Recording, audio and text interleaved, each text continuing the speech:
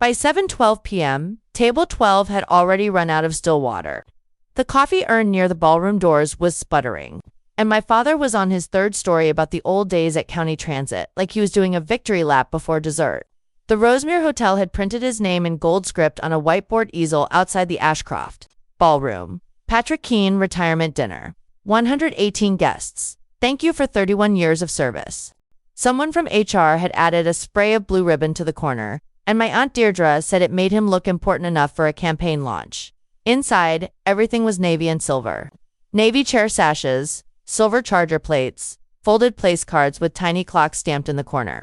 There was a long table against the far wall for cards and gifts, and under that table, pushed in neatly beside a box of shortbread tins, was my navy binder.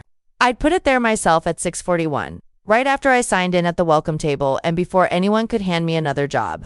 The binder was thick enough that the zipper strained at the corners. I slid it under the table because I didn't want red wine near it, and because I was tired of hearing Maeve. Since you're so organized, every time a seating chart went missing or a vendor needed paying, by 7:26, the lemon chicken had gone cold on my plate because I kept getting up. First for my father's friend Noelle, who wanted extra horseradish. Then for my cousin's kid, who spilled Sprite under chair 7. Then because my brother Ewan leaned across the table and asked, with his hand already out, "You've got the parking receipts, right?" I looked at him. "For what?" He smiled without lowering his voice. "Exactly, for everything." He said it like a joke, and the two men beside him laughed because they thought they were supposed to. My father was at the head table with the district manager, the MC from HR, and 2 people from payroll. He kept turning in his chair to check whether the room was watching him. He liked that sweep of attention, that slow pan across faces. At 7:40, they dimmed the side lights, and the MC tapped the microphone twice. Before Patrick says a few words, she said, "His family wanted to say something. I did not want to say something. I had not volunteered." But my sister-in-law Colleen had that look she gets when she's already decided for everyone, and she stood up first with her champagne glass. She wore a green satin dress and the smile she saves for photos and difficult relatives. "We all know Patrick kept this family running the way he kept the transit office running," she said. "Discipline, standards, and a lot of patience." People chuckled. My father lowered his chin like he was accepting an award. Then Colleen looked straight at me. "And of course," she said, "every great man has somebody counting paper clips in the background. In our family, that's Maeve. We call her the receipt girl." That got a bigger laugh than it deserved. She didn't stop there. If a tea bag cost 6 cents in 2019, Maeve can tell you where the receipt is. If someone breathed near an expense form, she filed it in triplicate. Ewan slapped the table once like that was the punchline of the year. Even my Aunt Deirdre did that tight, embarrassed laugh people use when they don't want to be the only one not joining in. Receipt girl. It landed in the room and stuck. I felt heat crawl up my neck, but what bothered me most was how relieved they all looked. Like once a role gets named in public, everyone can settle into it. Patrick, the respected retiree. Ewan, the helpful son. Me, the petty one with folders. My father took the microphone from Colleen before she sat down. "Maeve's been keeping scraps of paper since she was 12, he said. "God help the rest of us if we ever throw out a bank slip." A man from payroll at the head table laughed into his napkin. I looked toward the gift table without meaning to. I knew exactly where the binder was under the cloth, 2 feet from the leg with the chipped brass cap. Navy canvas cover, white label spine. My handwriting on the insert. Keene, I should have left then. I know that's what people say they would do. Stand up, grab your bag, let the family deal with their own performance. And for a second, I even pictured it clearly. My coat from the rack by the registration table. The side exit near the ladies' room. The cold March air off the car park. But I didn't leave. I stayed because at 5:18 that afternoon, my father had called me from the Rosemere loading bay and said, "Bring the binder. There may be questions tonight." He had sounded rushed, almost careful. Not like a man worried about centerpieces or seating. Like a man trying to keep papers close without carrying them himself. And 5 minutes before Colleen stood up to make me the joke, I had seen a woman I didn't know step into the ballroom, pause by the sign-in table, and ask the hotel coordinator, "Can you point me to Patrick Keene's event?" The coordinator asked for her name. The woman said, "Dana Holt." I stayed because when I heard that name, my father turned so fast in his chair that his water glass tipped into the bread plate. I was 32 that night, and I worked as the office manager for a 2-dentist practice in Kilburn. The kind of job where if a supplier said they sent 12 boxes of gloves and we only got 10, I was the person who found the packing slip from 3 Tuesdays ago and fixed it before lunch. I'm good with paper.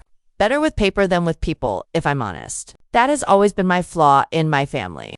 If there's noise, I go quiet. If there's conflict, I start sorting facts. Dates, envelopes, screenshots, signatures. It makes me useful right up until someone decides useful, and weak are the same thing. That was how I became the records person for the Keens. Not officially. There was never some family meeting where they handed me a title. It happened the way these things happen in families that run on favors and guilt. My grandmother died when I was 24. She had been the one who kept the house folder in the second drawer by the fridge rates bills. Insurance, dad's work letters, all clipped with those black binder clips she bought in bulk. After the funeral, nobody knew where anything was because everyone had relied on her system without noticing it was a system. Dad asked me to just help for a month. That month turned into years. I paid his phone bill online because he said the website kept changing. I filed his hospital letters because he never opened anything with a window envelope unless somebody stood there and made him when. Pension reimbursement forms started coming in from his union scheme and later from the administrator. I became the one who copied everything before it went back out. Not because I loved it, because the first time I didn't, a mileage claim got lost, and Dad spent 2 weeks blaming the post, the office, and me in that order. So I started keeping a record of everything. If you're already yelling at your screen that I should have stopped doing free admin for a grown man, you're not wrong. Tell me where you're watching from, too, because I have a feeling this story is going to split people right down the middle between she enabled them and she was cornered. And if you want the rest as I go, subscribe now, because the binder under that gift table didn't start at the Rosemere. It started in my spare bedroom wardrobe, top shelf, behind the winter duvet. The navy binder wasn't even the first system. First, I used a biscuit tin, then a supermarket accordion file. Then, in 2019, after Ewan borrowed 3 loose receipts from my hallway table and brought them back with coffee rings on them, I bought the zippered binder from Ryman on the high street. Navy faux leather, handle on the spine, plastic sleeves, tabbed dividers. I labeled the front keen with a silver marker because if I didn't make things obvious, Dad would claim he never saw them. Inside it, I split everything by type. Reimbursements, bank emails, medical travel, equipment claims, correspondence, and one section at the back called consultant, because that was the category that never sat right with me. At the start, the reimbursements were boring. Parking at physio, train fare to occupational health, replacement safety boots, small enough amounts that nobody talked about them much. Dad had worked 38 years and liked to remind us that he had earned every penny coming back. Fair enough, I agreed with him. The problem was that over time, Ewan started inserting himself into the process. Ewan is my older brother by 6 years and the kind of man who says, leave it with me when he wants control, not responsibility. He did 2 years in sales, 1 year consulting, and then somehow became the person Dad trusted with anything involving money because he spoke confidently and wore fitted coats. He would turn up on Sundays, stand in Dad's kitchen by the kettle, and say things like, the scheme is fussy now. I'll streamline it. By streamline, he meant rerouting things through himself. The first odd thing I noticed was an email printed from Dad's account in March 2 years ago. Subject line, reimbursement support. It was from an address I didn't recognize. An invoicing account with no proper signature block, just Callaway Advisory. Attached was a 1-page bill for consultation and facilitation services connected to pension reimbursement submissions. The amount was GBP 2,400. I remember holding that page in Dad's conservatory and saying, what is this? Dad was in his armchair with the TV muted. He didn't even look over. Ewan sorted the backlog. With who? With a consultant. Since when do pension reimbursements need a consultant? That got me a look over his reading glasses. Annoyed? Not guilty. Since forms started going missing and people started making things difficult, people, meaning me, usually, whenever I asked for details, I put that invoice in the consultant section because Dad told me to keep all the support paperwork together. A week later, Ewan dropped off a ruled ledger page for me to file. Signed at the bottom by Dad, signed above that with initials I didn't know then. Dates, amounts, short notes, admin review, file prep, banking liaison. It looked homemade and weirdly formal at the same time. I asked Ewan at the door, who signed this? He smiled like I was being tiresome. Just file it, Maeve. And I did. That's the part that still bothers me. Not because I believed him, because I already suspected enough to know better. and I filed it anyway. By the night of the dinner, the Navy binder had years of that pattern in it, receipts that made sense, emails that almost made sense, and one signed consultant ledger that didn't, which was exactly why when Dana Holt walked into the Ashcroft ballroom and my father knocked water into his own bread plate, I knew she wasn't there to congratulate him. Dana Holt didn't come in through the main double doors with the retirees and spouses. She appeared at the side entrance by the bar, where hotel staff had been carrying in coffee urns since 5:30. I saw her because I was already half out of my chair, reaching for a missing place card that the waiter had tucked under the folded menu at seat 14. Navy dress, flat black shoes, a tan laptop bag, no husband on her arm, no gift envelope in hand. She stopped just inside the Ashcroft ballroom and scanned the room the way people do when they're looking for one person, not a table number. My father saw her 3 seconds later. He had one hand on his tumbler and the other on Counselor Brennan's elbow, smiling that wide, practiced smile he used for photographs and funerals. Meevil sort that he was saying to the waiter about the extra vegetarian starter, like I worked for the hotel. Then his wrist clipped the water glass and sent a sheet of it into his bread plate. Christ, Ewan muttered, standing so fast his chair legs scraped the parquet. Dad dabbed at his cuff with his napkin and got himself under control almost immediately. That was his gift. Panic in private, charm in public. He laughed, looked around as if he'd done it for the table, and said, "Retirements started early." Everyone chuckled because that was what people did around him. He had spent 32 years making himself the man who remembered birthdays, shook every hand at church, and chaired every boring committee nobody else wanted. At the Rosemere with the cream tablecloths and the printed menus that said Patrick Keane, a career of service. He was exactly where he thought he belonged. Ewan was at his right hand. Of course. Ewan always was. 6 years older than me, navy suit that fit properly because his wife Tara made him get things tailored. Watch face glowing every time his phone lit up, smile just rough enough to look unpolished and trustworthy.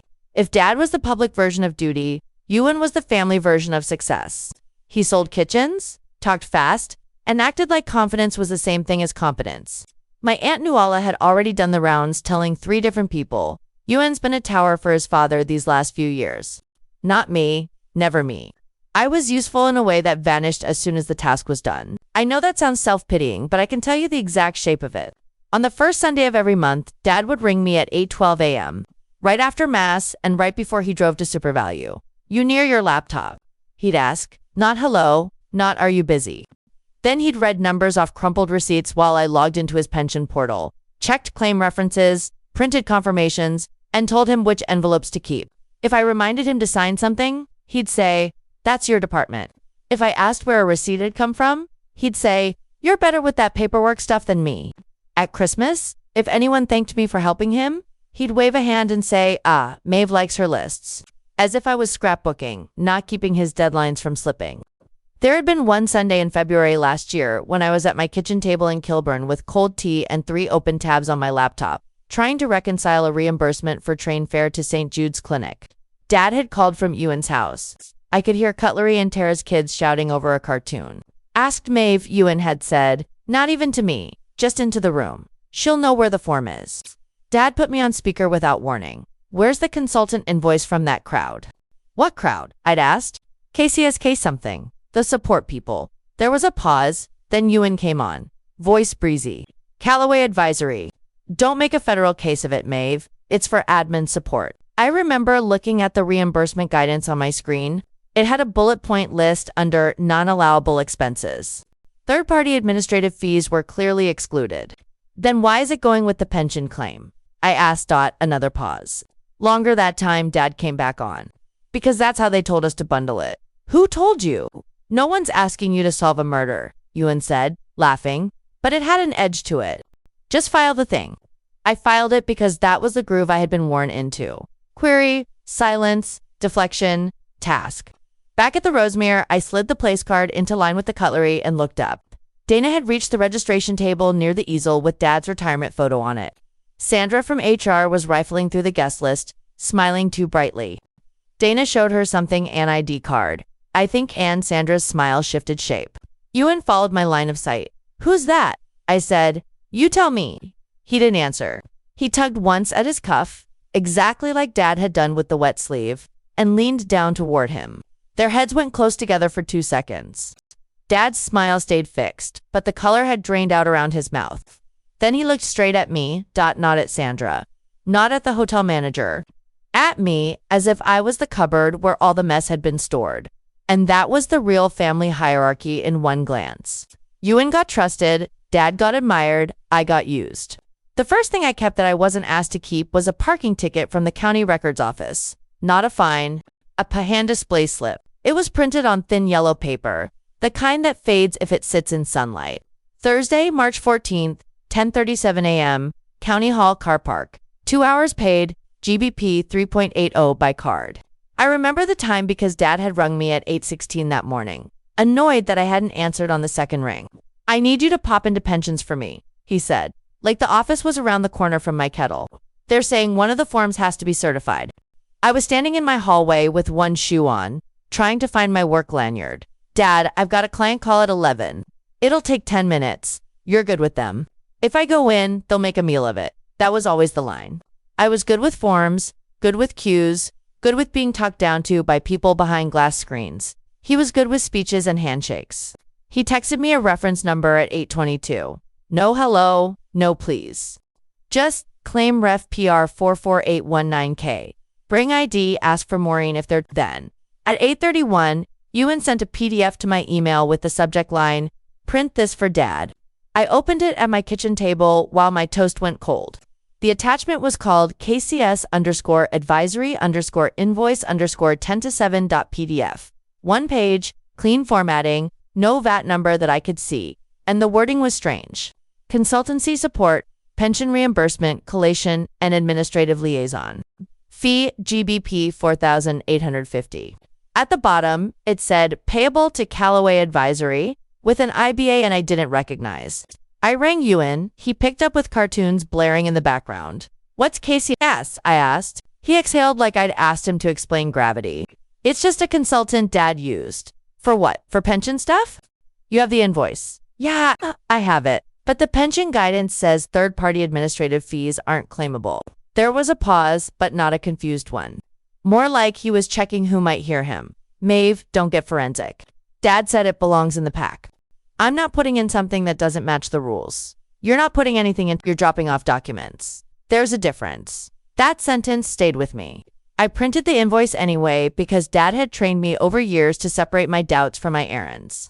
I slid it into a clear sleeve with the medical reimbursement forms, train fare receipts from St. Jude's Clinic, and 2 pharmacy statements he'd left for me in a brown envelope under his doormat.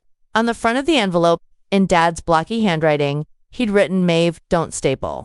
At 10:18, I parked outside County Hall, fed my card into the machine, and took the yellow slip. The pensions office was on the second floor beside motor tax, down a corridor that smelled like floor polish and old paper. There were plastic chairs bolted in rows, a ticket dispenser, and a notice board covered with leaflets about survivor benefits. Maureen wasn't there. A younger man called Niall sat behind the counter. His name badge was clipped crookedly to his jumper. I'm dropping forms for Patrick Keane, I said, pushing the envelope through the slot. Reference PR 44819K. He typed for a while. Are you the claimant? No. His daughter. I can receive documents, but I can't discuss the claim. That's fine. Could you stamp a copy as received? He looked surprised. Maybe because most people didn't ask. I had brought copies because Dad had once accused me of losing a dental receipt he later found in the glove box of his car. Niall took the first page, pressed it onto a blue ink pad stamp, and wrote the date beside it, 14 Mar. Then he flipped through the pack to check what was included. When he reached the KCS invoice, his finger stopped on the amount. This is part of the submission. He asked. I was asked to include it. I said, by Mr. Keane. Yes. He made a small mark on a yellow sticky note and attached it to the invoice. I couldn't read it upside down, only the first word. Query, is there a problem? I asked. I can't advise you, he said, suddenly formal. But keep your copy. Not you may want to. Not for your records. Keep your copy, so I did. I went back to my car, put the stamped receipt page, the parking slip, and my printed copy of the KCS invoice into the navy binder behind the tab marked 2024 pending. Then I sat there for a minute with the engine off, looking at the e-bon again. It wasn't a hospital, wasn't a pharmacy, wasn't Irish Rail, wasn't any provider I'd ever seen in Dad's claims. At 11:06, while I was still in the car park, an email came in from Dad. Subject, Reimbursements.mave. Confirm when submitted. Do not email pension office yourself about KCS Ewan is handling that side. D. That was the second thing I kept. I forwarded the email to my personal account. Not because I had a grand plan, but because something about that side made the hair at the back of my neck prickle. Dad never admitted there were sides unless he was already choosing one. That evening, he rang at 7:43. Did you drop the pack? Yes, all fine. They put a query note on the consultant invoice. He went quiet long enough for me to hear the television behind him. Some quiz show theme music. What did you say to them? I said I was asked to include it. Jesus, Maeve, what was I supposed to say? You always have to make yourself sound separate. I am separate. No, you're family, he snapped. Then softened immediately, the way he did when he heard his own tone. Look, don't start creating records over nothing. Ewan knows the consultant. It's legitimate. If it's legitimate, why shouldn't I email them? Because you'll confuse it. The next morning, I bought a pack of numbered dividers from the stationery shop near my office. I labeled one tab, KCS in black pen, slid the invoice behind it, and wrote a note on lined paper. Dad instructed inclusion. EUN emailed PDF. County Hall queried, 1403. I didn't know then that Dana Holt would one day ask for the ledger itself. But I knew enough to stop trusting memory. The first dismissal that taught me to write things down happened on a Tuesday night in June, 2 years before the dinner. I was standing in the aisle of Tesco in Stillergen, holding a basket with milk, dishwasher tablets, and a reduced sticker chicken. When Dad rang at 7:42 p.m., his name filled the screen as Dad Mobile. And I answered because he never rang twice unless he wanted something by morning. Maeve, are you near your computer? He asked. I'm in Tesco. Well, when you get home, can you pull up that pensions portal thing? I can't get into it. It says my password is expired. I shifted the basket to my other arm. I told you last month you needed to set up the authenticator. He made a small, impatient sound. That's why I'm ringing you. You're good at that sort of nonsense. That sort of nonsense is the account security. Dad, don't start. I've had Ewan in my ear about figures all day. I just need the reimbursement screen printed. The travel one, the medical one, whatever they call them. Behind me, someone was trying to reach the pasta sauce. So I moved my basket against my hip and stepped aside. Do you need it tonight? I asked. Before 9 would be ideal. I'm meeting Frank Kelly in the golf club tomorrow morning, and he said the claims list might be useful. Useful for what? For comparing. Everyone does it differently. Just print the screen. I remember staring at a jar of passata because it had cracked sauce dried under the lid. Dad, those are your pension reimbursements. I shouldn't be logging in as you. You're not logging in as me. You're helping your father. There's a difference. Then Ewan's voice came from somewhere near Dad. Not quite on speaker, but close enough. Tell receipt girl to save it as a PDF. She'll file it in the museum. Dad laughed before he remembered I was still on the line. He's only joking. I put the chicken back in the refrigerated case and walked to the end of the aisle where it was quieter.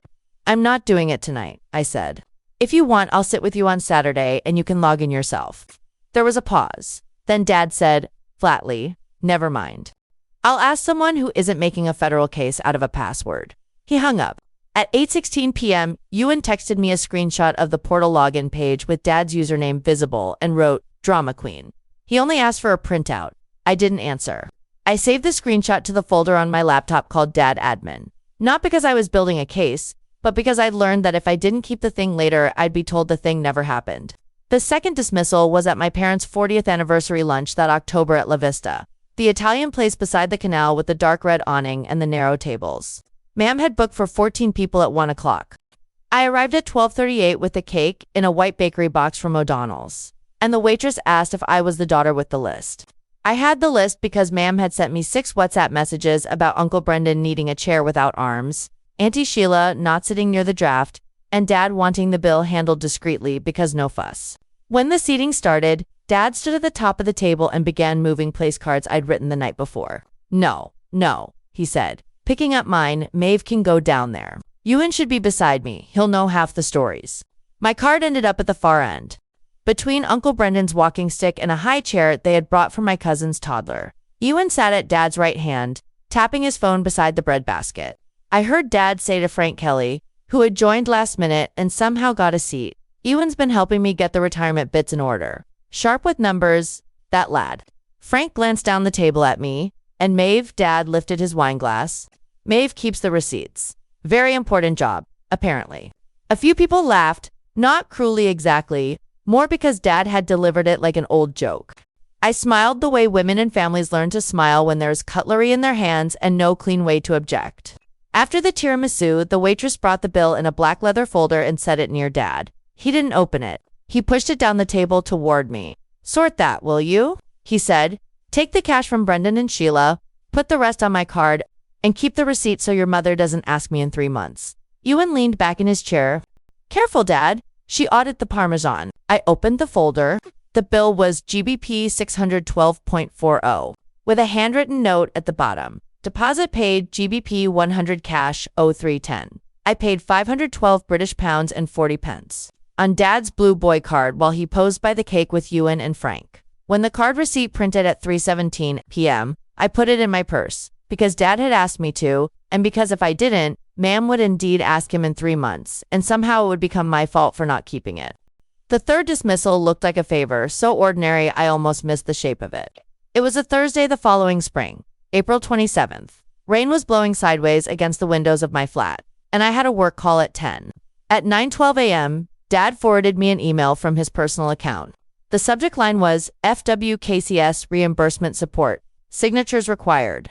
Attached were 2 PDFs, family confirmation draft.docx.pdf and ledger extract, kcs.pdf. His message said, "Print these and bring 2 ma'ams this evening. Need your neat handwriting on the acknowledgement page." Nothing complicated. I opened the first file while my kettle boiled. It was a 1-page statement addressed to County Hall Pensions Administration. The wording was stiff, like someone had copied it from a template. We confirmed that administrative assistance relating to reimbursement collation was provided within the family, and that records were maintained by Maeve Keane on behalf of Patrick Keane. My name was in the second paragraph. Ewan's was nowhere. I opened the second PDF. It had a simple table with dates, descriptions, and amounts, headed Callaway Advisory Consultant Ledger. The line items ran across several months: document review, liaison preparation, reimbursement, collation. At the bottom, in blue ink, scanned into the page, someone had signed C. Sloan. I rang Dad immediately. He answered on the 4th ring, breathless, like he'd been walking from one room to another. "Did you read that statement?" I asked. I glanced at it. "It says I maintained the records." "You do maintain records." "For the family, yes. Not for KCS, not as a consultant, not for County Hall." He sighed. "Maeve, don't be pedantic before I've had my tea. Who is C. Sloan?" "Ewan knows him." "That's not an answer. It's a small consulting outfit. They helped tidy things. There's no scandal in being organized." I stood beside the counter with the kettle clicking off behind me. "Then why does the statement make it sound like I handled the reimbursements alone? It doesn't say alone. It says records were maintained by me on your behalf." "And were they not?" "Dad," his voice lowered, "just bring the papers this evening. Your brother has put a lot of time into getting this right, and I don't need you turning a formality into a courtroom." At 9:26 a.m., while my work call was already flashing on my laptop, I printed both PDFs. Not to sign them, to keep them.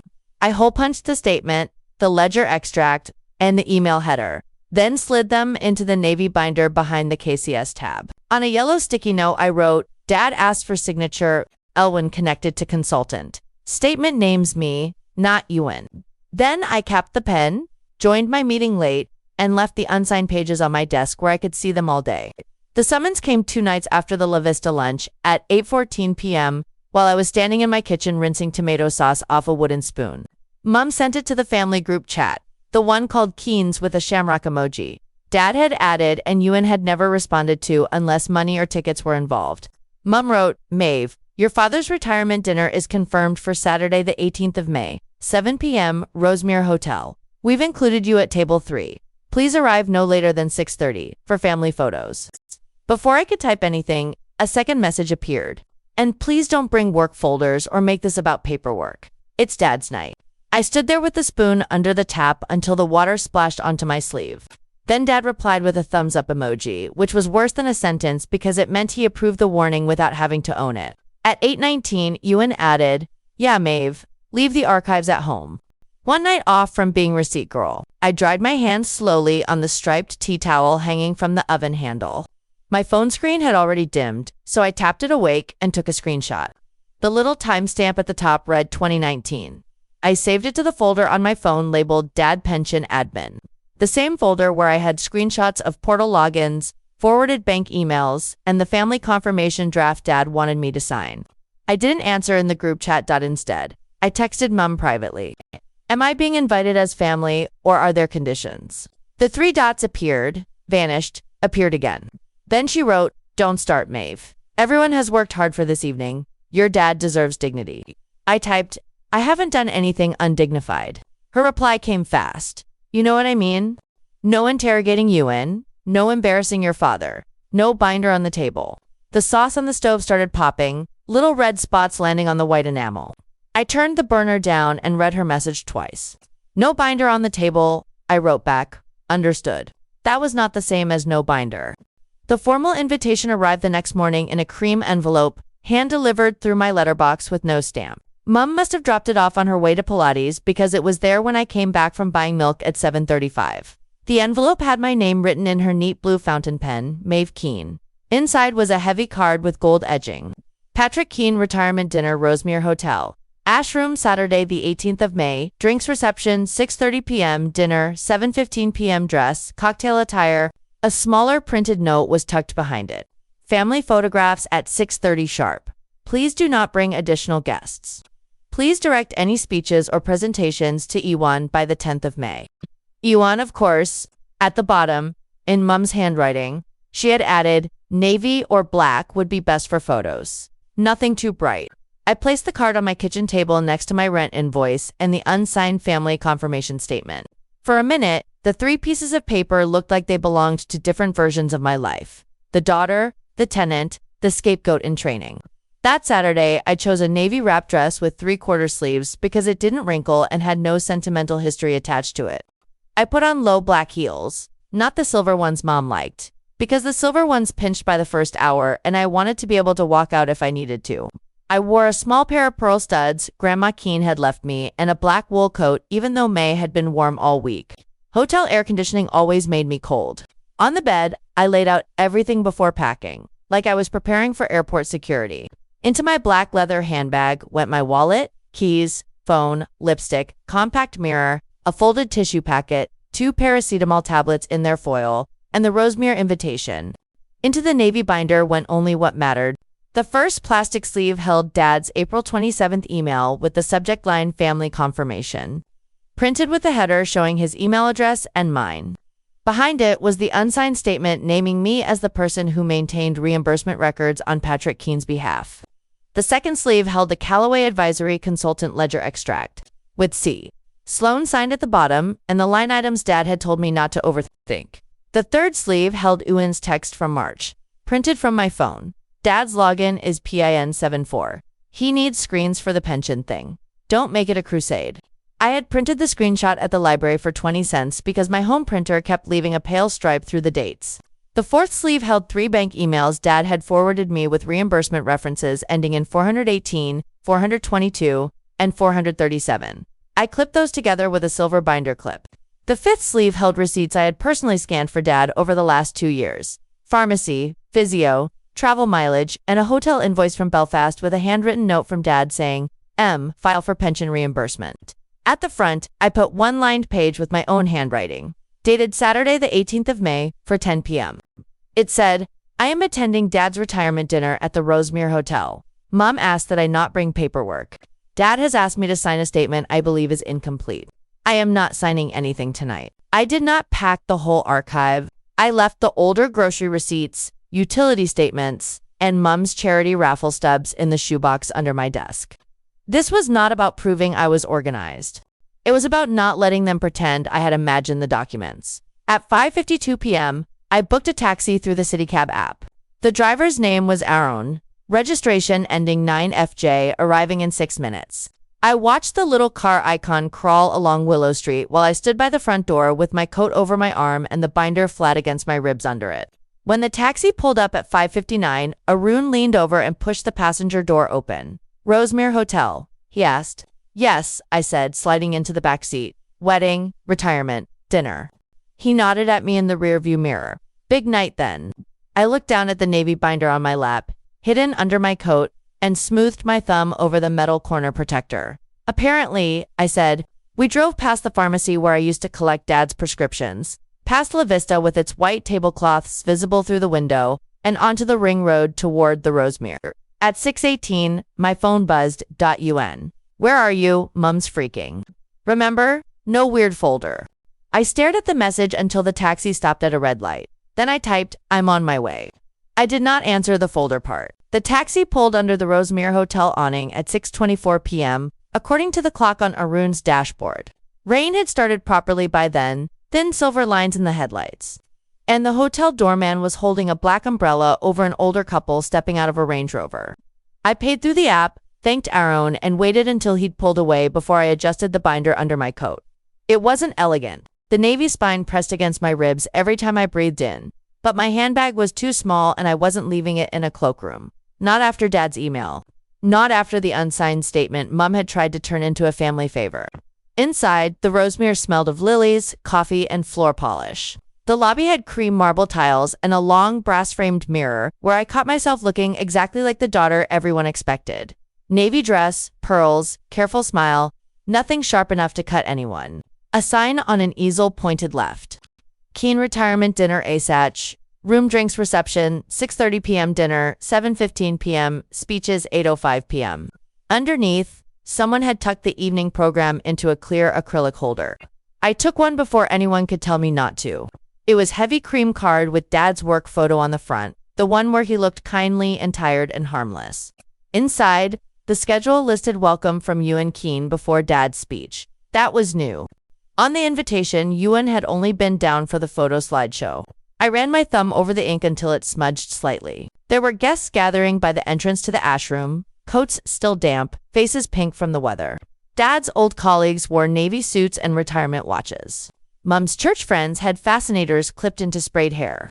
The cousins had clustered near the bar already, laughing too loudly around glasses of Prosecco. A young hotel employee in a black waistcoat stood at a lectern with a printed seating chart and a tablet. Name, please, she asked Maeve Keen. Her eyes moved down the list. Table 12. Of course. She handed me a folded place card from a stack. You're at the back left, beside the service station. Your family photos are just inside, to the right of the fireplace. Thanks, I said, and kept my voice flat enough that it couldn't be called rude. The ash room was bigger than I remembered from Aunt Nula's anniversary party.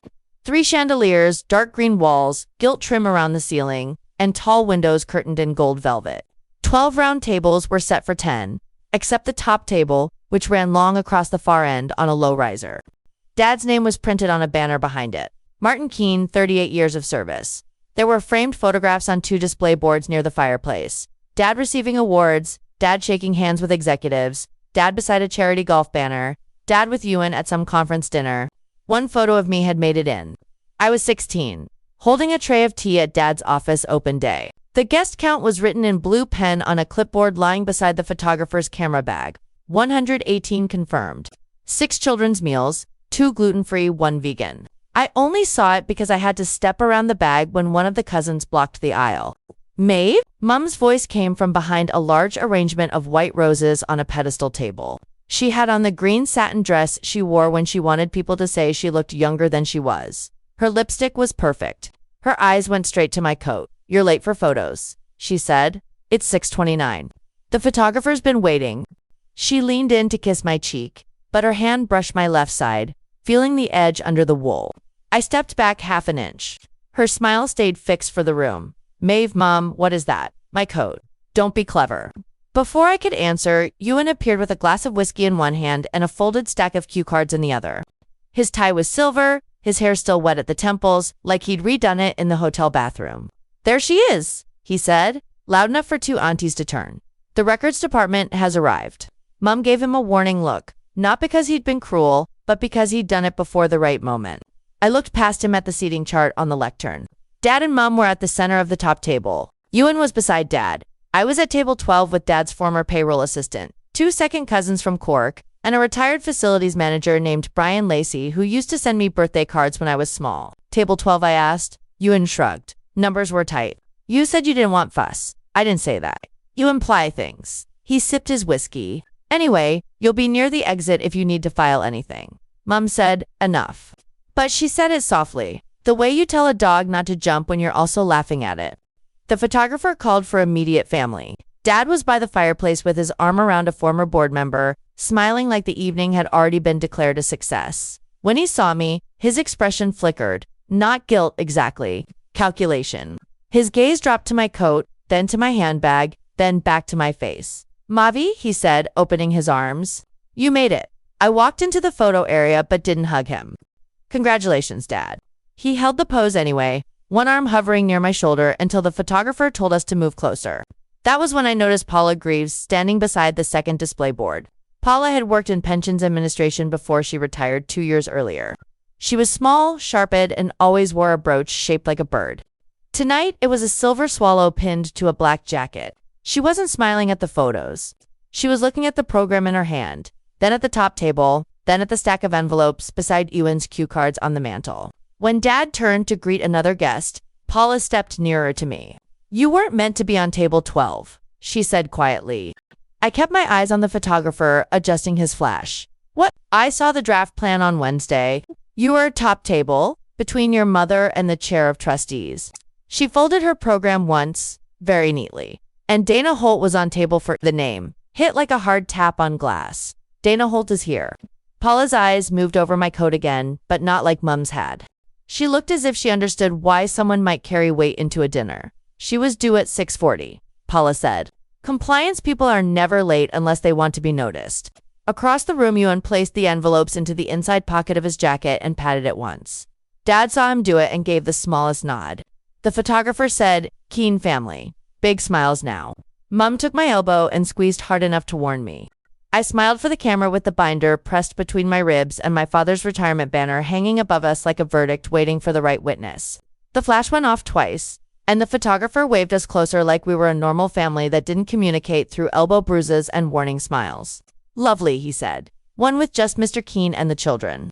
Mum's hand left my arm. Dad moved to the center in front of the retirement banner, one arm around Ewan, the other hovering near me without touching my shoulder. Ewan angled his body so his jacket blocked me from half the lens. Maeve, can you shift back a bit? Ewan said, still smiling. You're catching the glare. I wasn't near the lights. The glare was coming off the glass frame on the display board behind us, where someone had mounted Dad's first staff badge from 1984 and a photo of him shaking hands with the minister in 2009. The photographer glanced up from his camera. Actually, if you could just step in. No, she's grand there, Dad said, laughing toward the guests gathered by the fireplace. Maeve's more comfortable on the edges. She likes watching for discrepancies. A few people chuckled. Not cruelly at first. Just the polite kind of laugh people give a man at his own retirement dinner when they're holding Prosecco and waiting for starters. Then Ewan lifted his voice. Careful, Da, she invoiced you for that. This time, the laugh spread to the nearest tables. Mom gave Ewan a look, but not the kind that told him to stop. More the kind that said, not yet. I kept the binder under my coat, my left forearm clamped against it. The navy corner had slipped out near my hip, and I tucked it back in with 2 fingers. Dad noticed. There it is, he said, pointing at me with the stem of his glass. The famous folder.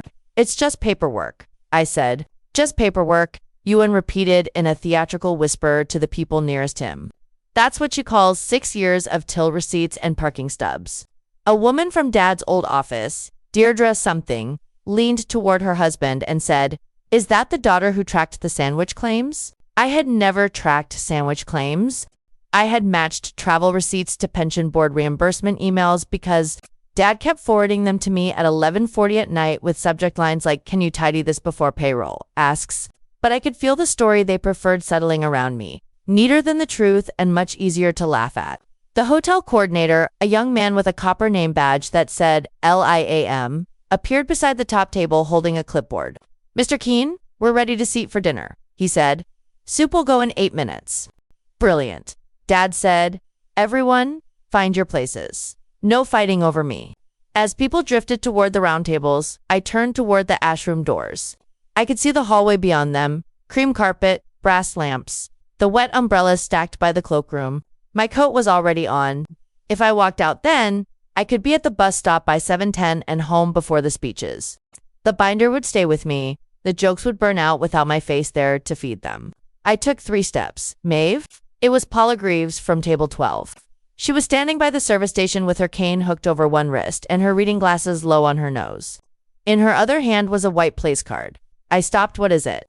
She turned the card toward me. Dana Holt. Not table 4. Table 12.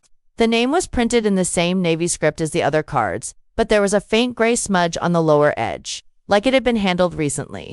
Paula tapped it with one red fingernail. This was tucked under my bread plate, she said quietly. Liam just moved it here. Said there was a late correction from the family. I looked toward the top table. Ewan was leaning over Dad's chair, sliding one of the folded cue cards beneath the water glass. Dad adjusted his tie and glanced back at me, too quickly to be casual. Is she here? I asked. Not at the table yet. Paula nodded toward the door. But if compliance is coming to the back of the room instead of the pensions table, there's a reason. That was the practical detail that kept my feet on the carpet. If Dana Holt sat at table 12 and I left, the only version she'd hear would be Dad's version. Polished by Ewan, sweetened by Mum, and served between soup and speeches. And if Ewan had envelopes in his jacket, if Dad had nodded at them like a handoff, I needed to see where they went. I took off my coat slowly and folded it over the back of the chair at table 12. The binder I kept on my lap, hidden under the linen napkin. Our table was near the service doors, close enough to hear cutlery trays rattle behind the partition. Paula sat to my right. To my left was an empty chair with Dana's place card. Then a retired payroll manager named Mr. Scully who smelled faintly of aftershave and peppermint. Across from us sat 2 cousins from Mum's side who had already started whispering when I sat down. At 7:18, the servers placed bowls of leek and potato soup in front of us. At 7:21, Ewan walked to the small lectern near the riser, even though the program said speeches were at 8:05. He tapped the microphone. Just a tiny welcome before dinner. He said, because if we wait until after dessert, Dad will accuse me of misplacing the schedule. People laughed. Ewan looked down at his cue cards. We're here with 118 friends, colleagues, and family members to celebrate Martin Keene's 40 years of service. 40 years of early mornings, late nights, and putting up with forms in triplicate. He paused, then turned his head toward the back. And speaking of forms, I'd like to thank my sister Maeve for coming prepared tonight. If anyone loses a receipt for the bar, don't panic. Our family archivist has probably already laminated it. The laugh was louder this time. Heads turned. Someone at table 6 actually raised a glass in my direction. I stared at the soup spoon beside my plate. My hand wanted to grab the binder, stand up, say exactly what was inside it, the pension reimbursement receipts, the bank emails, the signed consultant ledger with Callaway Advisory printed at the top and Ewan's handwriting running down the margin.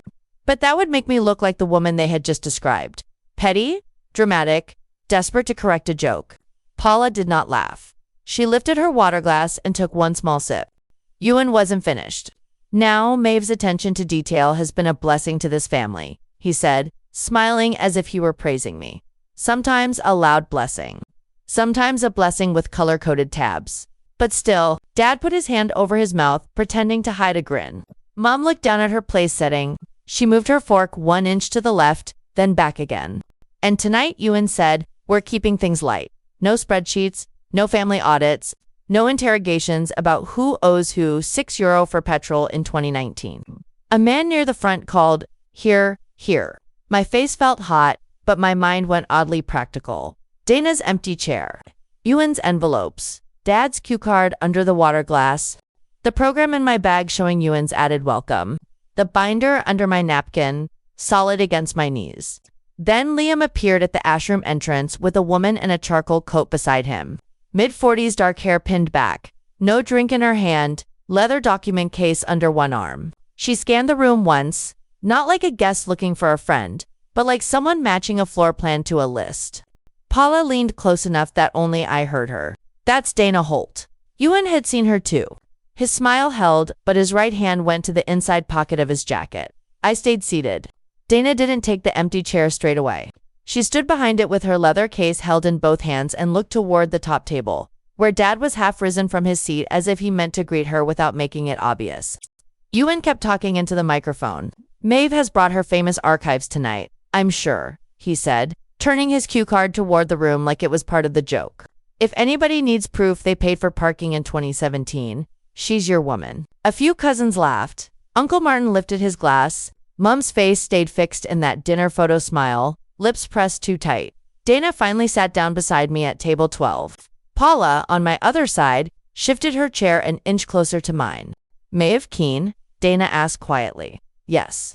I'm Dana Holt. I was told you kept some household records connected to your father's retirement reimbursements. She didn't say it like an accusation. She said it like she was confirming a file name.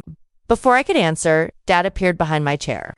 He had moved fast for a man who had spent the last hour accepting compliments on 40 years of public service.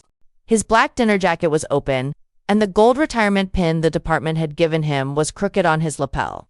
Dana, he said warmly, you made it. We were just about to come over. Dana turned in her chair. Good evening, Mr. Keene. Call me Brendan tonight, please. No office titles at a family dinner. He put one hand on the back of my chair, fingers resting close to the navy binder under my napkin. Maeve, love, can I borrow you for 2 minutes? Ewan had stopped speaking. The microphone gave a short squeal as he lowered it. At the top table, Mum was watching us. And so were Aunt Nuala and 2 of Dad's former supervisors. What for? I asked. Dad's smile didn't move. Just a family housekeeping thing. Before the speeches, Dana's eyes flicked to his hand on my chair. I slid the binder onto my lap and stood with it tucked against my ribs. Dad noticed. His jaw tightened, then loosened as he gestured toward the double doors beside the bar. Bring your handbag if you like, he said. We didn't go all the way out. Dad stopped in the small service alcove between the ash room and the cloakroom, where the hotel kept a brass umbrella stand and a narrow console table with a vase of white lilies. The banquet manager, a woman named Shiobua N., whose name badge I had noticed during seating, was checking a clipboard near the cloakroom. She looked up once, then politely looked down again. Ewan joined us 20 seconds later. He had the envelopes from his inside pocket. Mum came after him with her shawl pulled around her shoulders, though it was warm in the hotel. Dad took a folded sheet of paper from one envelope and laid it on the console table. It had been printed at home. I recognized the faint gray streak down the left margin from Mum's old brother printer. At the top, in bold, it said, Family clarification regarding reimbursement records. Underneath were 5 short paragraphs. I read the first line twice because the wording was so neat. I, Maeve Keene, confirm that from 2018 to 2023, I personally compiled, submitted, and managed all family-related pension reimbursement requests connected to Brendan Keene's post-retirement transition expenses. I looked at Dad. What is this? A clarification. He said, Dana's here because there's confusion. We clear it up and everyone gets to enjoy the evening. I read on. The statement said I had misfiled certain receipts under consulting support. It said any payments made to Callaway Advisory reflected clerical descriptions chosen by Maeve Keene. It said Dad and Ewan had relied entirely on Maeve's record keeping and had no direct involvement in reimbursement categorization. At the bottom was a signature line with my name typed beneath it. Next to it sat a blue hotel pen. Ewan tapped the paper with 2 fingers. Just sign it, Maeve. It doesn't say you stole anything. It says I handled the reimbursements alone. You did handle the paperwork, Mum said. Her voice had that warning softness she used in church pews. You always insisted on keeping copies. Copies? I said. Not submissions, not categories. Not fake consulting descriptions. Dad glanced toward the open banquet doors. Through them, I could see table 12. Dana still seated, facing our direction. A server passed with a tray of bread rolls, slowing slightly as she came by. Dad lowered his voice. Nobody said fake. The statement does, without using the word. Ewan pulled a second page from the envelope. This one was a list, handwritten, of binder sections. Receipts tab, bank emails tab, consultant ledger tab. He read, We don't need all that floating around tonight. Give me the binder. I'll put it in Dad's room, safe upstairs, and you can have it back tomorrow. No. Dad's hand came down flat on the console table, not loud enough to make a scene, but hard enough that the lily shook. Maeve, he said, I am asking you as your father. Sign the clarification, remove the consultant ledger from that binder, and stop making a retirement dinner into a tribunal. Mum looked past me toward the ash room. People are starting to stare. They should, I said. Ewan's face flushed. You're acting like we're criminals because of a few reimbursement forms. I opened the binder against my body, just enough to pull the plastic sleeve from the front pocket. Inside was the signed consultant ledger, the one with Callaway Advisory at the top and Ewan's handwriting in the margins. I held it so all 3 of them could see the signature line. Dad's name was on it, not copied, not typed. signed in blue ink, with the same heavy B he used on birthday cards. Dad stared at the page for half a second too long. Then he reached for it. I stepped back, and the heel of my shoe clicked against the brass base of the umbrella stand. Chio bois end. The banquet manager looked up fully this time. Behind Dad, Dana Holt had risen from table 12 and was walking toward the alcove with her leather case in her left hand. I kept the ledger in my grip and said, "Clear enough for the cloakroom, the bar, and anyone near the ashroom doors to hear. I'm not signing a false statement saying I handled reimbursements I didn't submit." Dad turned his head slowly toward the doorway. Dana stopped beside the console table and looked at the paper with my typed name at the bottom. "Mr. Keene," she said, "I'm going to need that document left exactly where it is." Dana didn't raise her voice. That was what made everyone else sound so frantic. She set her leather case on the narrow console table under the framed fire evacuation map and took a pair of reading glasses from the front pocket. The printed family statement was still between Dad's fingers. He had half-folded it, like if he made it smaller, it would stop existing. "Please place it flat on the table," Dana said. Dad gave a little laugh that belonged back at the top table, under the fairy lights, not in a service alcove beside a stack of clean coffee cups. "Dana, this is a private family matter. You introduced reimbursement records into a pension-funded retirement event," she said, "and I've just heard a request for an attendee to sign a clarification." "Put it down." Ewan moved first, not toward Dana, but toward me. "Maeve, don't make this worse." I slid the consultant ledger behind the navy binder and pressed my palm on the cover. The binder was warm from being tucked against my side for half the night. I could feel the metal rings through the cardboard. Shobua N, the banquet manager, stood by the cloakroom rail with her radio clipped to her waistband. "Do you need security?" she asked Dana. "Not Dad." "No," Dana said. "I need a clear surface." That was when the dinner spilled toward us. Aunt Nessa appeared first, clutching her wine glass by the bowl. Then two men from Dad's old department hovered near the ashroom doors, trying to look like they'd only come out for the toilets. From inside the ballroom, someone tapped a microphone twice, then stopped. The retirement slideshow was still frozen on the screen behind the head table. Dad in a hard hat in 2009, smiling next to a ribbon-cutting plaque. Mum whispered, "Maeve, for God's sake." Dana opened her case and removed a small spiral notebook, a phone, and a plastic evidence sleeve. She didn't touch my binder. She looked at me. "Ms. Keene, do I have your permission to review the record you referenced?" Dad answered before I could. "No, she doesn't. That binder contains family bank correspondence." Dana kept her eyes on me. I swallowed and said, "Yes, you can review it here, in front of me." I laid the navy binder on the console table. The silver label on the spine was peeling at one corner, Pension Ream, 2018 to 2023. I opened it to the first tab because that was the tab I knew would matter. Not the biggest number, not the messiest email chain. The first clean contradiction. Tab 1 was marked Callaway, February 2021 in my handwriting. I took out the plastic sleeve holding a reimbursement cover sheet, a printed bank email, and a copy of invoice CAO 217. Dana put on her glasses and leaned over it. The alcove smelled like coffee grounds and hotel polish. In the ballroom, cutlery started clinking again. Too loudly, because people were pretending not to listen. Dana read the invoice header first. Callaway Advisory Services. Strategic Workforce Transition Consultation. £2,900. Dad said quickly, that was an external advisory firm. Standard closeout support. Dana turned the page to the bank email beneath it. From Northbridge Business Banking to Ewan Keene. Dated February 19, 2021. Subject, return transfer query. Ewan's mouth tightened. That was nothing. A bank hiccup. Dana read the line out loud, each word placed carefully. We can confirm the PayI account ending 4481 is registered to Callaway Advisory, trading name on file, with correspondence address matching 14 Larchview, Mara. Aunt Nessa looked at Ewan. Isn't that your old flat? No one answered her. The ice machine behind the staff door kicked on with a grinding hum. Dad rubbed his thumb along the edge of the false statement and then seemed to remember Dana had told him not to move it. He set it down flat beside the binder. Dana turned to the ledger page I had kept behind the first documents. The consultant ledger wasn't fancy. It was a ruled A4 sheet in a clear pocket, with columns for date, invoice number, description, reimbursement reference, and approval. Dad's blue ink signature sat on the February line. The K in Keene slanted hard to the right, like always. Dana tapped the signature once with the end of her pen, not touching the ink. Mr. Keene, This ledger records the same invoice number and the same amount as approved by you on February 22nd, 2021. Dad said, I signed hundreds of things. Maeve prepared family records. That's what the clarification is about. No, I said, and my voice came out steadier than I felt. I printed receipts after you and Ewan asked me to organize them for tax season. I didn't create Callaway, I didn't submit pension reimbursements, and I didn't live at 14 Larchview. Ewan leaned in close enough that I could smell whiskey on his breath. Stop performing. Dana lifted her phone and took one photo of the false statement, then one of the ledger in its sleeve. The shutter sound was tiny, but Dad reacted like a glass had smashed.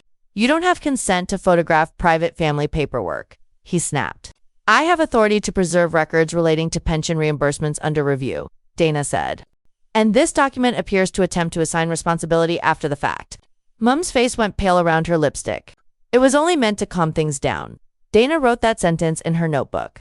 That was the first moment Dad noticed she was writing down ordinary words, not just numbers. He looked from her notebook to the ballroom doors, where more guests had gathered in a loose crescent under the exit sign. His retirement banner was visible behind them.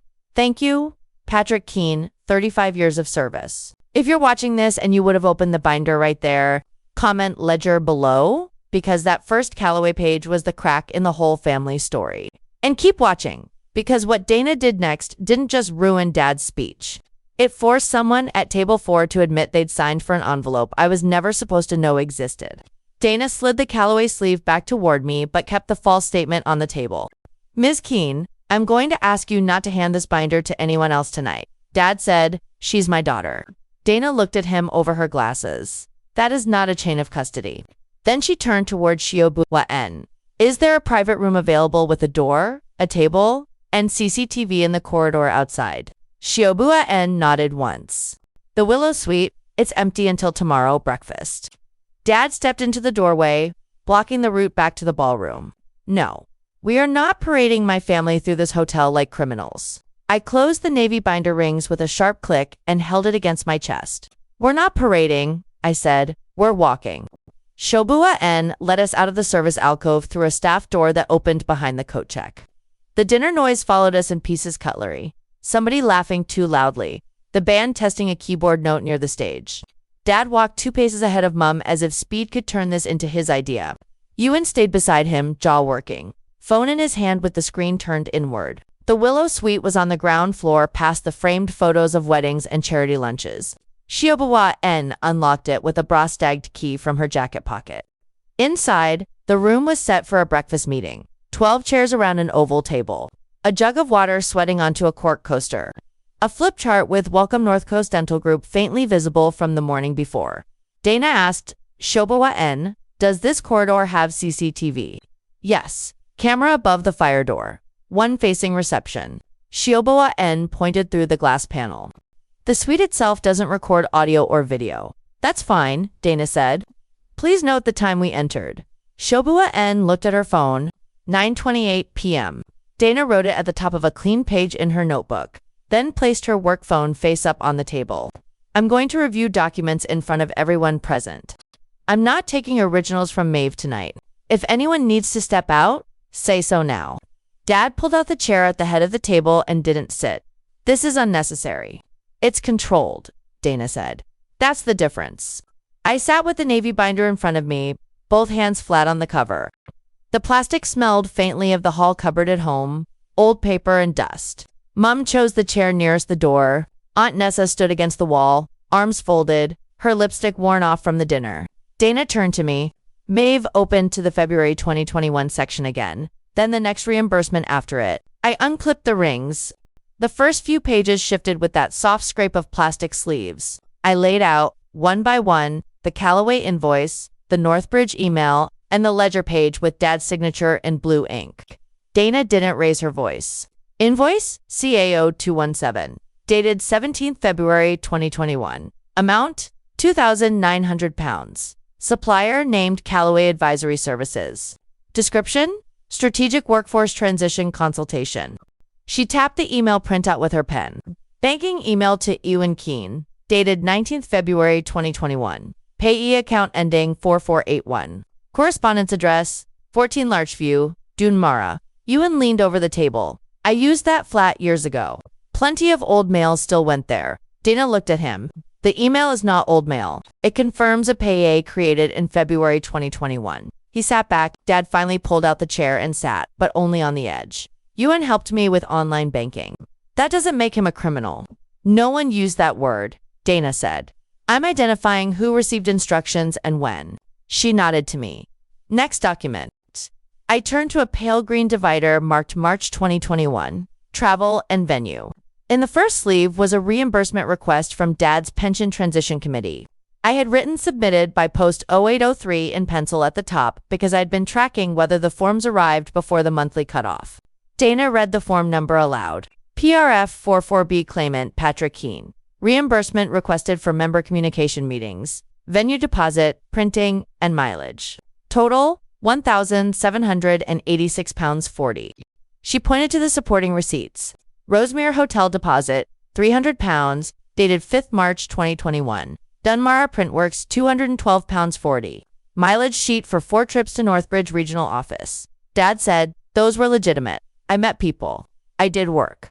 Dana nodded once. These may be legitimate on their face. She lifted the next page. But the ledger entry signed by you says, offset March reimbursements against Callaway balance PK approved. Amount, £1,786.40. Aunt Nessa moved closer. What does offset mean there? It means, Dana said, the reimbursement wasn't treated as money paid back to Patrick for expenses. It was recorded as reducing an amount connected to Callaway. That's accounting wording, Dad snapped. Families write things any way they like. I reached into the left pocket of the binder and pulled out the folded email I'd almost left at home because it wasn't a receipt. The print was faded at the crease. This is from Ewan to me. March 10th, 2021. Subject line, Dad forms. Ewan's chair scraped me. Dana put a hand out, not touching the paper. May I read it? I slid it to her. She read from the page, don't send the March packet until Dad has signed the offset sheet. If the pension office pays him direct, it messes the Callaway reconciliation. Just keep your binder tidy and don't overthink it. She looked up. Sent from, I answered because I knew it by memory, Ewan's work email. The one from Keene Facilities. Mum pressed her fingertips to her mouth, then lowered them when Dad glanced at her. Dana placed the email beside the ledger page so the dates lined up across the table. 5th March receipt, 8th March reimbursement form, 10th March instruction, 12th March signature. Shiobua N, still by the door, quietly said, that's 4 days. Dad turned on her. You don't need to comment. Dana said, she's observing dates. That's allowed. I turned another sleeve. There's April 2. Nobody asked me to stop. The April section had a bank email clipped to a handwritten note in Dad's blocky capitals. Maeve, print and file. Do not email committee. Under it was a reimbursement confirmation for GBP 1,250 labeled communications support. Dana read the attached invoice number. K041 those Callaway Advisory Services, £1,250. Same account ending 4481. I nodded. The bank confirmation is behind it. Dana lifted the confirmation just enough to see the footer. Northbridge Business Banking, sent to Ewan Keene. 22 April 2021. Ewan rubbed both hands over his face. It was admin. Dad was retiring, the committee was useless, and I helped structure things. By routing pension reimbursements through a supplier address linked to you, Dana asked. That's not what I said. Dad pointed at the binder. She kept all of this because she likes catching people out.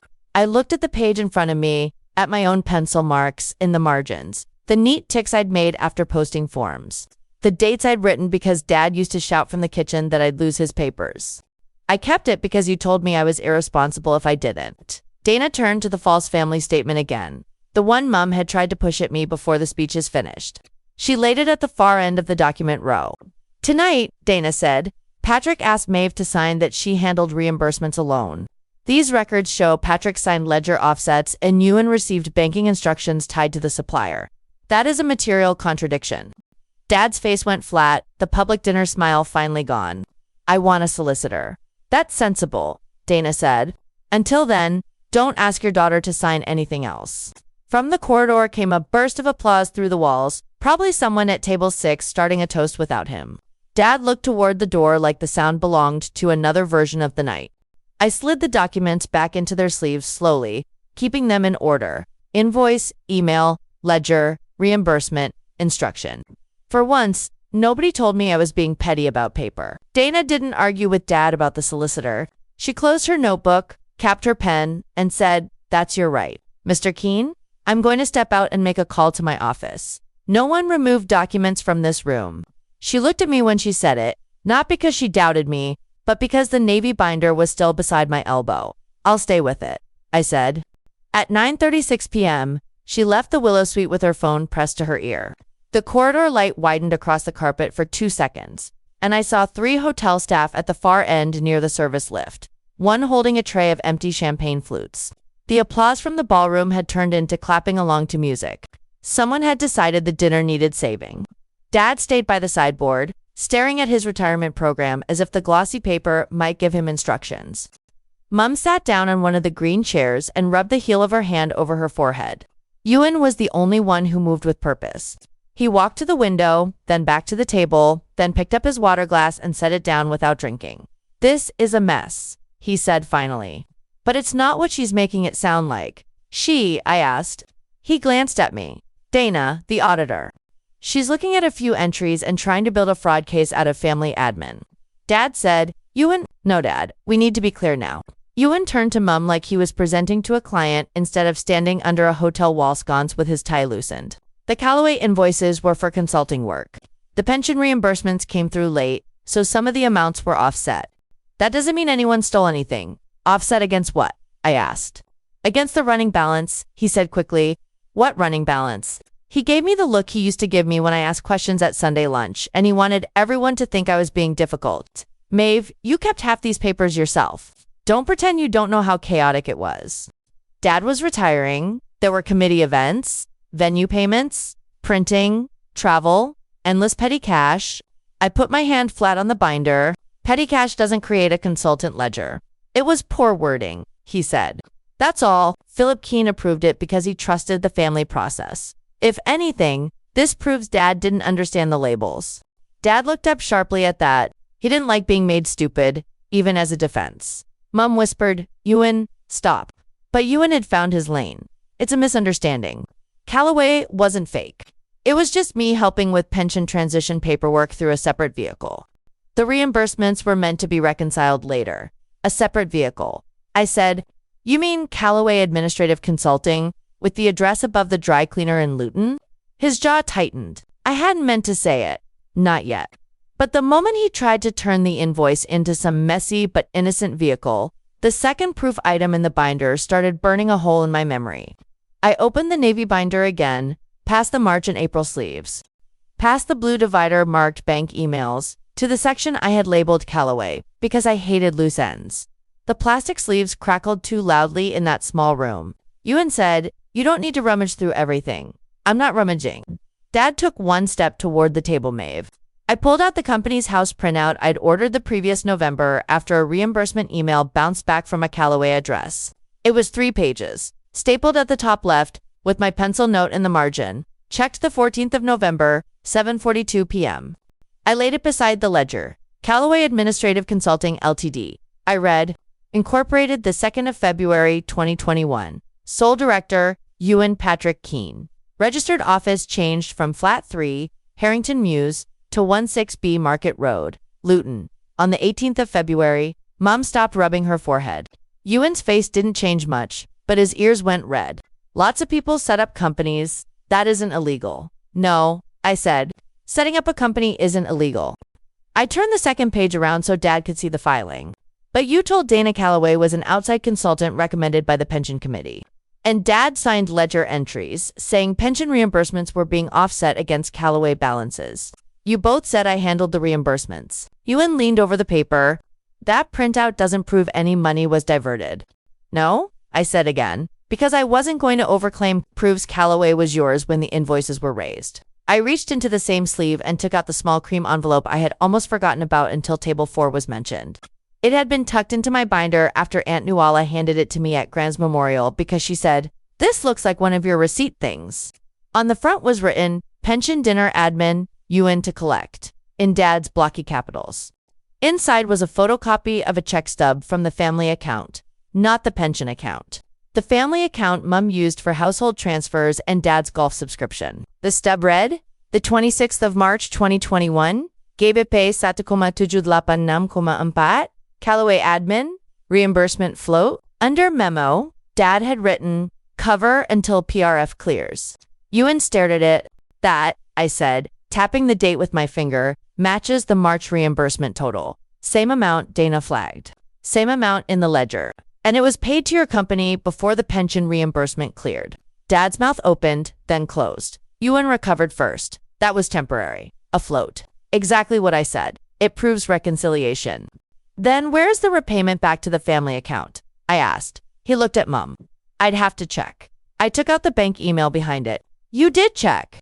On the 9th of April, 2021, you emailed Dad. No need to move it back through Mom's account. Cleaner if Callaway absorbs and we net the pension side. You copied your personal Gmail, not me. The music from the ballroom thumped through the wall, a bass line under Dad's breathing. For the first time that night, Ewan didn't have a sentence ready. The Willow Suite door opened at 9:44 p.m., and Dana stepped back in with her phone in one hand and a hotel notepad in the other. She looked from Ewan to the papers on the table. What have I missed? I slid the company's house printout, the check stub, and the 9th of April email toward her. His misunderstanding has a director. Dana didn't pick up the papers straight away. She set her phone face down beside the water jug and wrote 3 times on the hotel notepad. 9:44, 9:45, 9:45. Then she capped the pen and looked at my dad. Mr. Keene, nobody is leaving with documents, she said, and nobody is to alter anything on that table. Dad had loosened his silver retirement tie so much it hung crooked, one end longer than the other. The little gold watch the department had presented him with 30 minutes earlier was still in its velvet box by his elbow. He touched the lid like it might remind everyone he was the man of the evening. I need 5 minutes with my daughter, he said. Dana's eyes moved to me, Maeve. I should have said no right there. That was my hesitation. Not fear exactly, not even loyalty. It was the stupid habit of being the person who made things easier. The person who picked up the receipts, smoothed out Mom's panic, sent Dad the scan he forgot, reminded Ewan what reference number to use. Even after everything on that table, when Dad said daughter in that tired public service voice, part of me still moved toward him. 5 minutes, I said, door open. Dad's jaw tightened. Not with an audience. Dana stood. Then it isn't happening. He looked at the side door that led to the service corridor. I knew that corridor because I'd used it twice that evening. Once to ask for more milk for table 6 and once to retrieve Mom's wrap from the cloakroom. Beige walls, brass kick plates, the smell of hot gravy and floor polish. Fine, Dad said. Door open. We stepped into the corridor at 9:47 p.m. The Willow Suite door stayed wedged open with a rubber stopper, and I could see Dana's navy sleeve through the gap. From the ballroom down the hall came a ripple of applause, then a microphone squeal.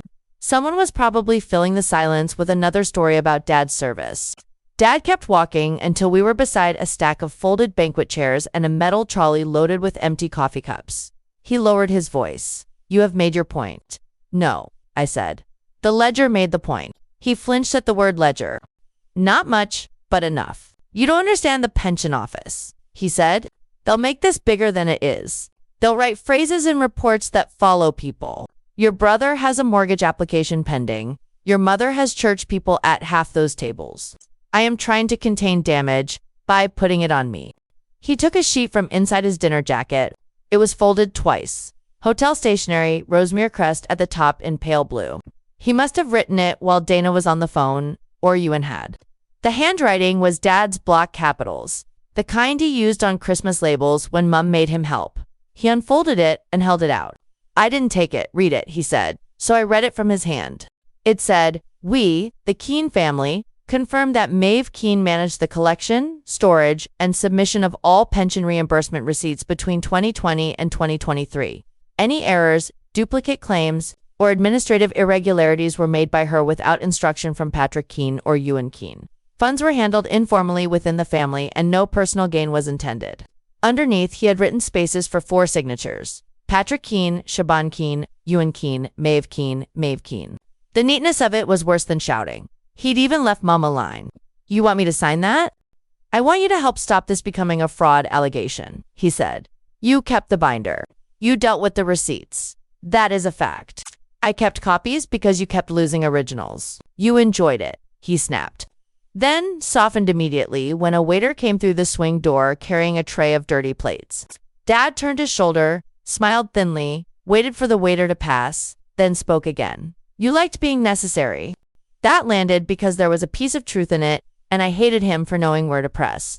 I did like being useful, I said. That was my mistake. I thought if I was useful enough, you'd stop treating me like an inconvenience with a stapler. He looked toward the open willow suite door. Keep your voice down. No, you called me the receipt girl in front of 118 people. It was a joke. It was a warning. You were telling everyone what role I had before anyone asked questions. His face changed then. The performance slipped. Not into guilt, exactly. Into calculation. He folded the statement back along the creases. Dana Holt is not your friend. He said, she will use you. She will take that Navy binder and turn every family favor into a chargeable event. You think she'll care that your mom was ill? That Ewan was trying to keep cash flow moving? Cash flow into Callaway. Dad's mouth pressed shut. I reached for the statement then, but not to sign it. I took it by the corner, walked back toward the Willow Suite, and placed it flat on the small service table beside the door where Dana could see it. Dad followed too quickly. Maeve. Dana stood up inside the room. Ewan was still by the table, one hand on the back of a chair, his cufflinks flashing under the chandelier. Mum sat with her handbag clutched on her lap, staring at the carpet pattern like it was safer than looking at any of us. What is that? Dana asked. A false family statement, I said. My voice shook, but I got every word out. Dad asked me to sign that I handled the reimbursements alone and that any irregularities were mine. Mum made a small sound. Patrick, Dad pointed at me, not angrily enough for outsiders, but enough for family. I asked for clarity. No, I said. You asked for a scapegoat with a signature. Ewan pushed away from the chair. Maeve, don't be dramatic. Nobody's saying you stole anything. That paper says without instruction from Patrick or Ewan. It says errors were made by me. It says funds were handled informally, like the money wandered around the kitchen by itself. Dana came to the doorway and picked up the hotel stationery with 2 fingers. Did you write this, Mr. Keene? Dad looked at the paper, then at the open corridor, then back at Dana. The applause from the ballroom started again, distant and cheerful, as if another version of our family was still being celebrated without us. I was trying to protect my wife, he said. Mum finally looked up, by using me if he didn't answer her. I stood beside the trolley of empty cups, my hands cold around nothing. For years, my hands had always held something for them. Receipts, envelopes, bank printouts, Mum's prescription bag, Dad's dry cleaning ticket. That night they were empty, and it felt strange but clean. I'm not signing, I said. I'm not saying I ran reimbursements I didn't run. I'm not taking blame for Callaway, and after tonight, I'm not your unpaid records clerk. Dad stared at me like I'd spoken in a language he didn't respect. Dana folded the statement once and slid it into a clear plastic sleeve from her folder.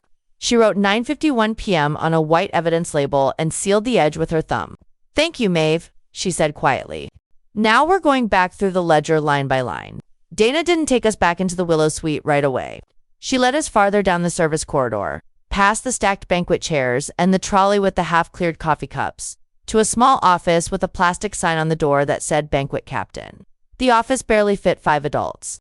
There was a metal desk, a corkboard full of shift rosters, and a printer with a handwritten note taped to it. Do not USC Tray 2.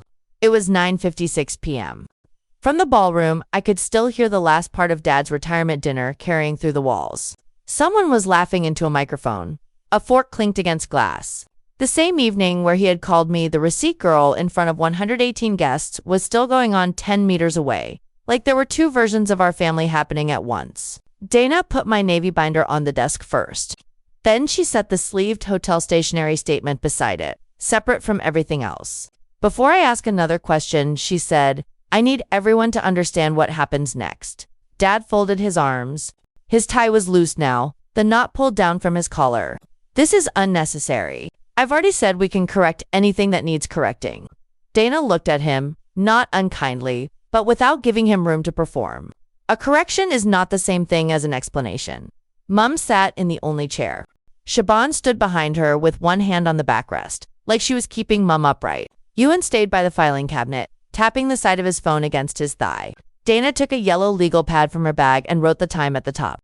First, she said, I'm opening a formal compliance review on the Keene pension reimbursement file. That means I will request original claim forms, approval emails, bank confirmations, and vendor documentation from the pension office and from the board's finance subcommittee. Dad said, the board won't appreciate being dragged into family bookkeeping. It isn't family bookkeeping if pension funds reimbursed expenses under a consultant invoice, Dana said. Second, the retirement closing packet cannot be treated as complete tonight. Any final pension, reimbursement, closing, honorarium, reconciliation, or post-retirement expense clearance connected to your account is paused until the file is reviewed. That landed on Dad. Not loudly, not dramatically, but I saw the small tightening around his mouth. The retirement dinner had been his clean ending. Speeches, plaque, photographs, handshakes. Dana had just put a hold sign on the exit. Ewan stopped tapping his phone. Paused how Dana turned one page on her pad. Administrative hold. Not a seizure. Not a finding. It means no additional reimbursements are processed, no closing certification is issued, and no amended payment is released until compliance signs off. There are payments pending. I asked before I could stop myself. Dana looked at me. There is at least one closing item referenced in the preliminary file. I haven't verified the amount, and I won't discuss numbers until I have the source documents. Dad rubbed his forehead. For God's sake, Dana, she continued. Third, because a family member has now produced a statement attempting to assign sole handling of reimbursements to another family member. I will preserve that as part of the review record. Mum's head lifted. Dana pointed gently to the plastic sleeve holding Dad's Rosemere stationery statement. This document does not help you, Mr. Keene. It raises a separate question about pressure, attribution, and whether the family's internal account changed after the ledger was produced. Dad opened his mouth, then closed it. Shaban whispered, Dad, why did you write it like that? He looked at her sharply. Because your sister has been keeping those files for years. She kept receipts. Shaban said, That's not the same as inventing invoices. The words surprised me enough that I looked over. Shaban didn't meet my eyes, but she didn't take it back either. Dana opened the binder to the consultant ledger tab. The signed page was still there. The one with Ewan's initials in the margin and Dad's signature at the bottom of the reimbursement summary. She didn't read it aloud this time. She placed a ruler beneath the line dated March 14th, the fake consulting coordination invoice, and made a note. Fourth, she said, the board will receive a written compliance report. It will describe the documents reviewed, the inconsistencies, the source of the ledger, and any attempt made tonight to redirect responsibility. The board decides whether to amend prior approvals, seek repayment, refer internally, or request outside counsel. Ewan finally spoke. Outside counsel means what? Exactly. It means lawyers who do not answer to your father, Dana said. He swallowed. Dad gave a short laugh, but there was no warmth in it. You're making this sound criminal. I'm making it sound formal, Dana said. Those are different things. The documents decide how serious it becomes. She turned to Mum then, and her voice softened. Mrs. Keene, I also need to say this because your name appears on several household reimbursement emails. If there are estate instructions, beneficiary forms, or family authorizations that rely on the same reimbursement history, you should not sign anything new tonight. Not a clarification, not a family statement, not a letter to the board. Mum's hand moved to her necklace. Estate instructions. Dad snapped. That has nothing to do with this. Dana held his gaze. It might not, but when pension reimbursements, family accounts, and retirement closing documents overlap, people sometimes try to tidy the paper trail through estate notes or after-the-fact authorizations. I'm instructing you not to do that. I thought of the folder Dad kept in the dining room sideboard. The brown accordion one labeled house, and later in his handwriting, I had filed bank letters in it 3 Christmases ago while everyone else watched television. Mom looked at me then. Not pleading, not accusing. Just frightened in a way I had rarely seen her allow. At 10:04 p.m., Dana slid a blank witness acknowledgement form toward me. This does not assign blame, she said. It only confirms that you provided the binder voluntarily and that you declined to sign the family statement prepared by your father. I read every line before I touched the pen. Dad watched me like my signature belonged to him by habit. I signed my own name once, at the bottom, and dated it 10:05 p.m. Dana signed beneath mine as receiving auditor. Then she made a photocopy using the printer with the broken tray too, feeding the page through one careful sheet at a time. When the copy came out warm, she handed it to me. Keep that, she said. From this point forward, Do not collect, sort, scan, or explain records for anyone unless the request comes through me in writing. The sentence felt almost strange in its simplicity. No more chasing missing receipts. No more finding old bank emails in Dad's inbox because he couldn't remember the password. No more being useful enough to blame. Outside the office door, the ballroom applause rose again. Someone had probably announced the cake. Dad looked toward the sound, then back at Dana's legal pad. "So, what am I supposed to do now?" he asked. Dana capped her pen. "You go back to your dinner if you choose. You do not discuss testimony. You do not ask anyone to sign anything. And tomorrow morning at 8:30, you provide the pension office with the original consultant file." Ewan's face changed. Just slightly, but I saw it. Dana saw it too. She looked from him to Dad. "Unless," she said, "there's a reason you can't."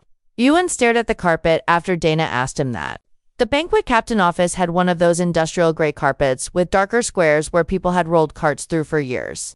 He rubbed the side of his thumb along the edge of his phone case and said, "I don't keep Dad's files." Dad snapped. "No one said you did." Dana didn't raise her voice. She just wrote something on the top sheet of her pad and capped her pen.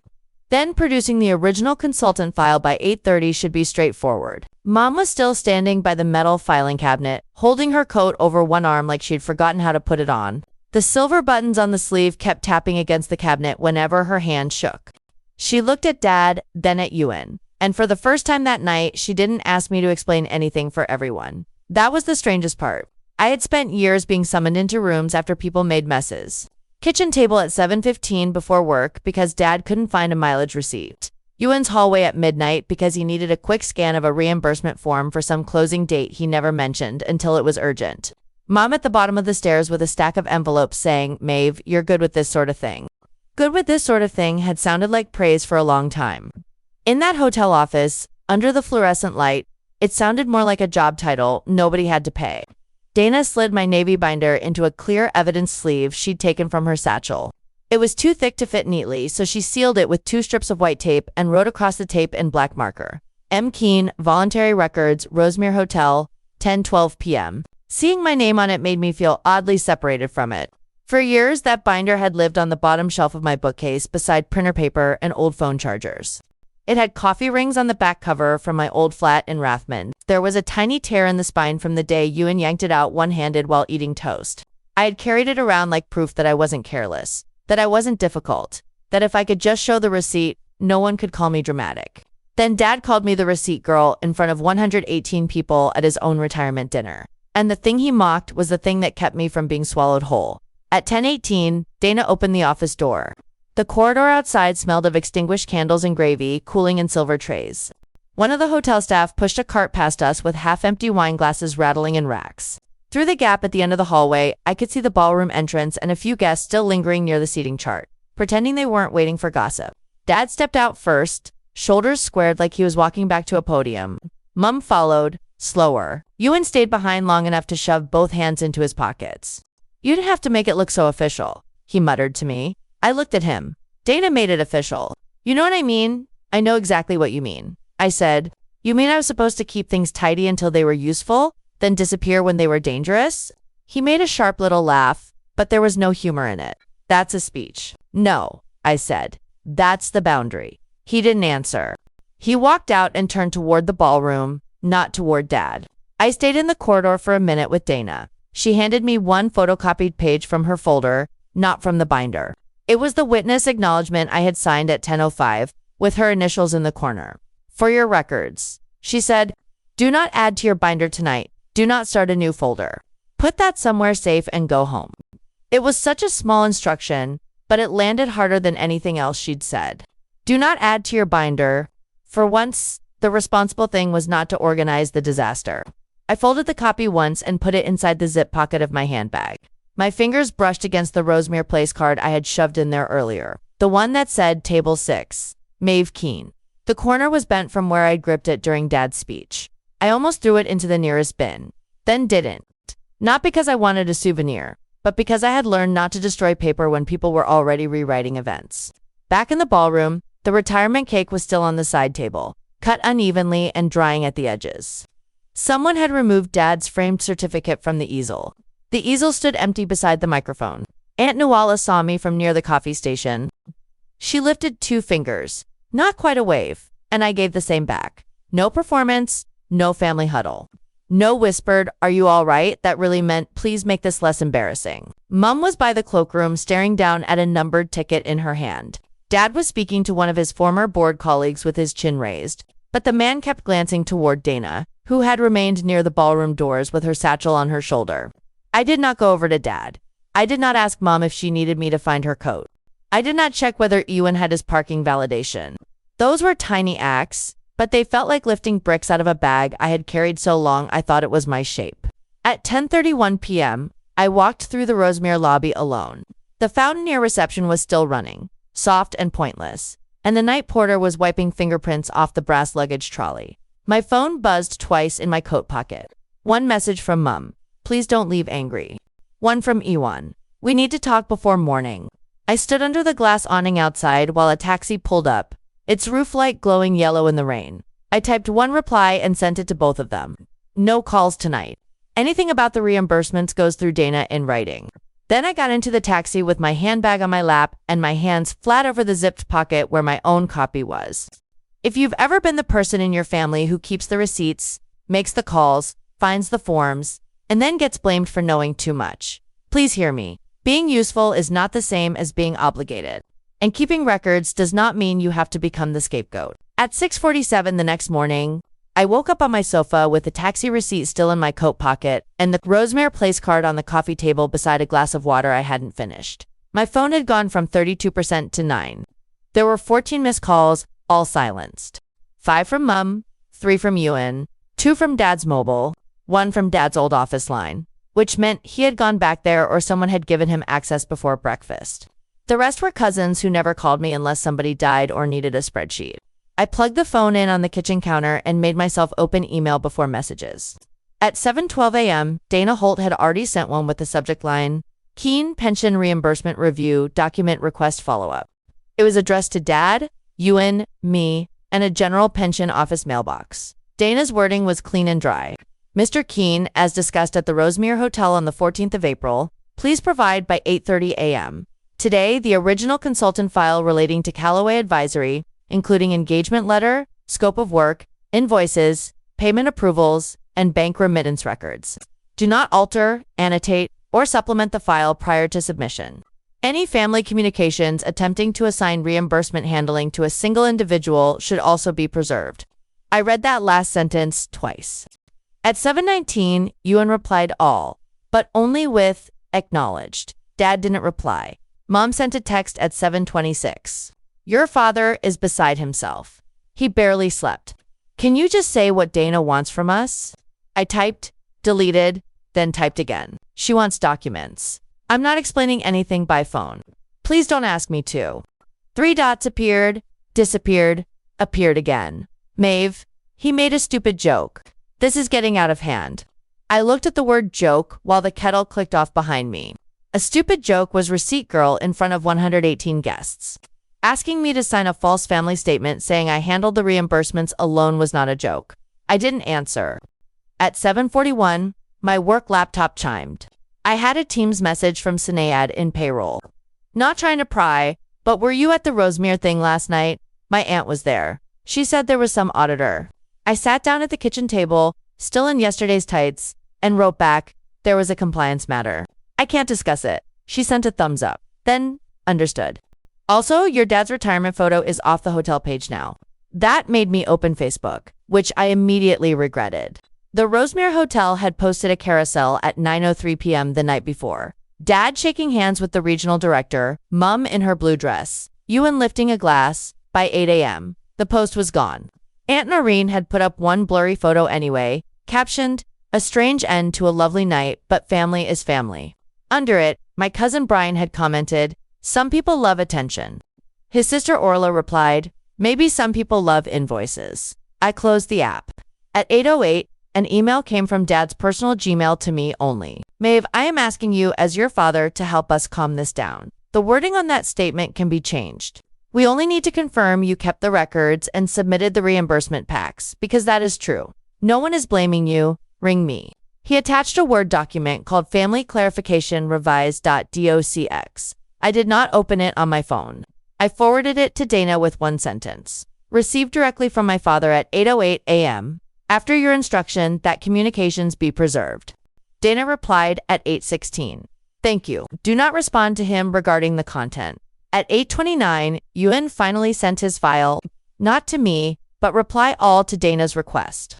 The attachment was a scanned PDF called North Key Original File.pdf. It had 21 pages. Even without opening it, I could see the problem from the preview pane. The scan timestamp in the footer said created 15 April, 8:22 a.m.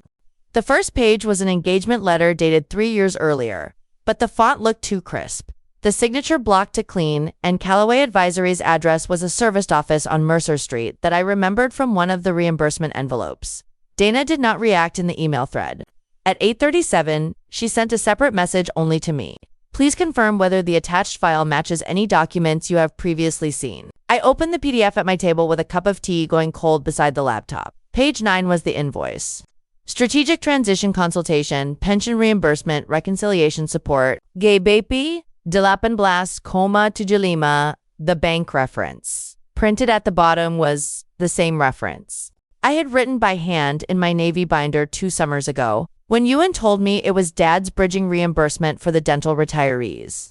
I had never seen the North Key name on it then.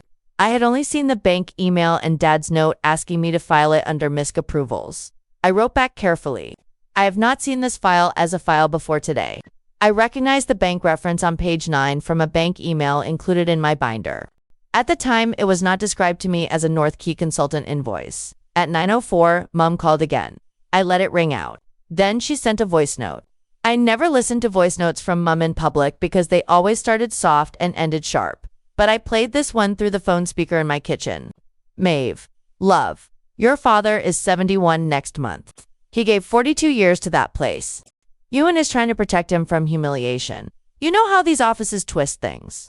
If you could just tell Dana you were confused last night, we can fix the rest privately. I'm not saying sign anything false. I'm saying don't destroy your family over paperwork.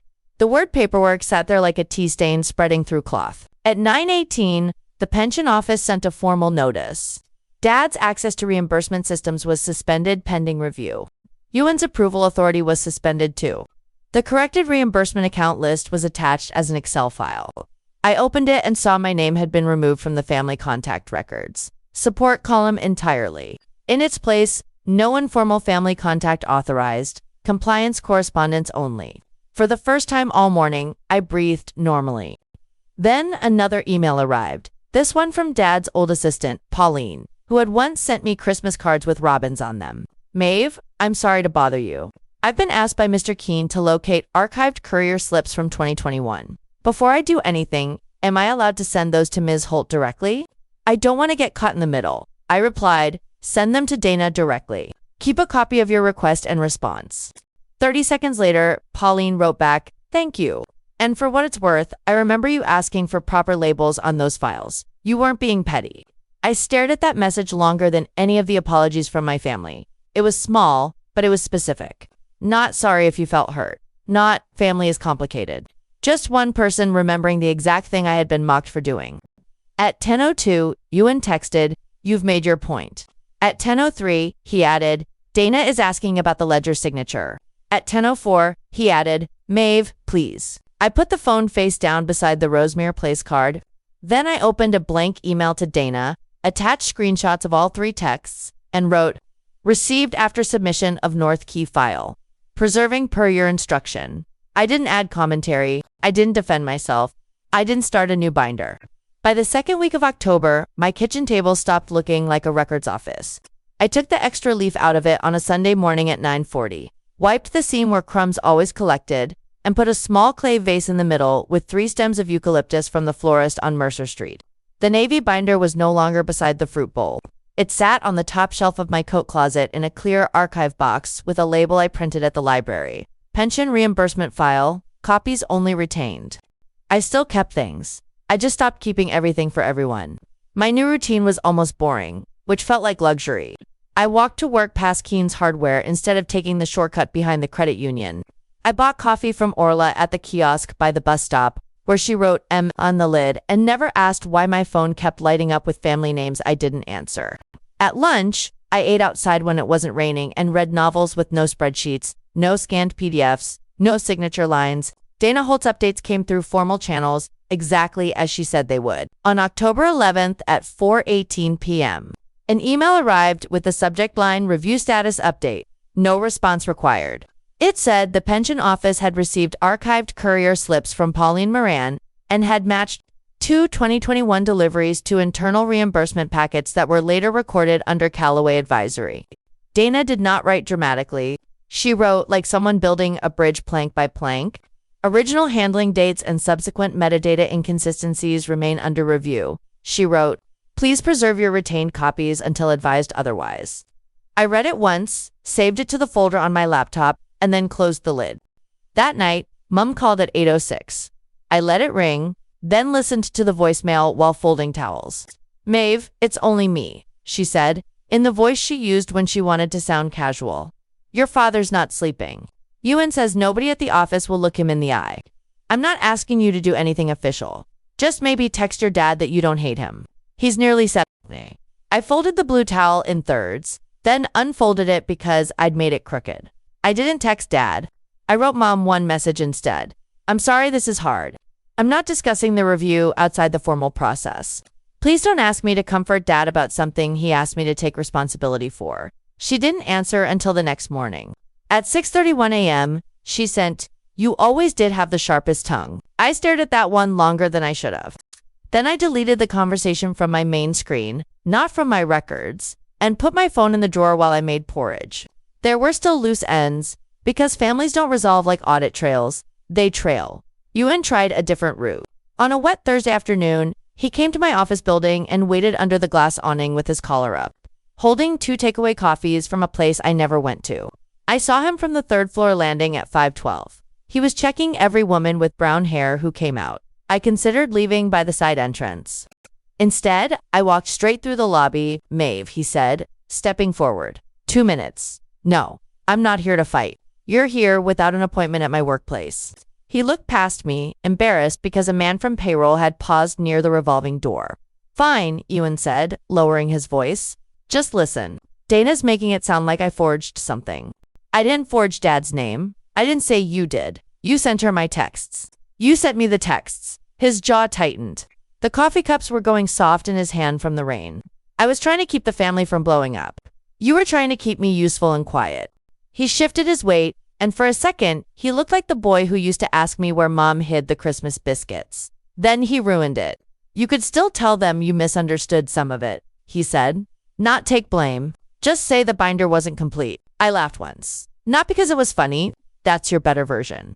I'm trying to give everyone room. No, Ewan. You're trying to give yourself room inside a story where I'm still the margin. He looked down at the coffees. Dad says you've always wanted to be proved right. Dad called me the receipt girl in front of 118 people. That was a joke. No, it was permission. He gave everyone permission to laugh at the person holding the records, and then asked that same person to sign a false statement when the records mattered. A taxi hissed through a puddle at the curb. Ewan's face went red, but he didn't shout. That was almost worse. He just looked tired and cornered. So that's it? He asked. For now? Yes. I walked to the bus stop without taking either coffee.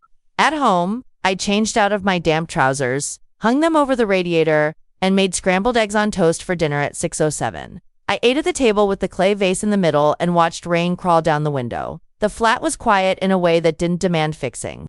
On the last Friday of the month, a letter arrived from the pension office in a white envelope with a printed return address. It confirmed I was not listed as a reimbursement handler, approver, consultant, contact, or recipient for the Callaway advisory payments under review. It also said the matter remained open as to authorization, benefit, and document alteration.